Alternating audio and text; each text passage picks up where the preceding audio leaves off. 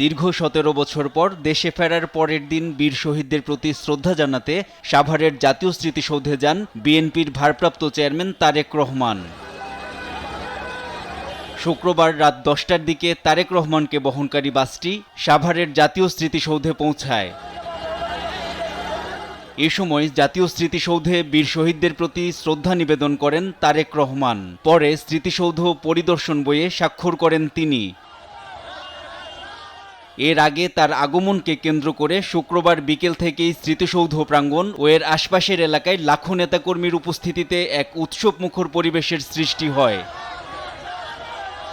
প্রিয় নেতাকে একনজর দেখতে এবং তাকে স্বাগত জানাতে ঢাকা আরিচা মহাসড়কের নবীনগর থেকে শুরু করে স্মৃতিসৌধের প্রধান ফটক পর্যন্ত ছিল জনারণ্য।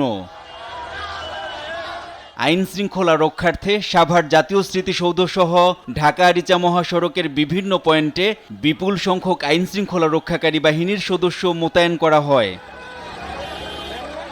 এর আগে বিকেল ৫টার দিকে সাভারের উদ্দেশ্যে রওনা হন তারেক রহমান।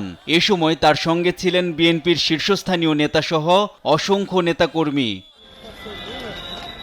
মহান জাতীয় স্মৃতিসৌধের বেদিতে নিয়ম অনুযায়ী সূর্যাস্তের আগে পৌঁছানো সম্ভব না হওয়ায় বিকেল ৫টা ৬ মিনিটে বিএনপির ভারপ্রাপ্ত চেয়ারম্যান তারেক রহমানের পক্ষে মহান মুক্তিযুদ্ধের শহীদদের প্রতি শ্রদ্ধা নিবেদন করা হয়। এনআই নাহিদ, দেশ টিভি, ঢাকা।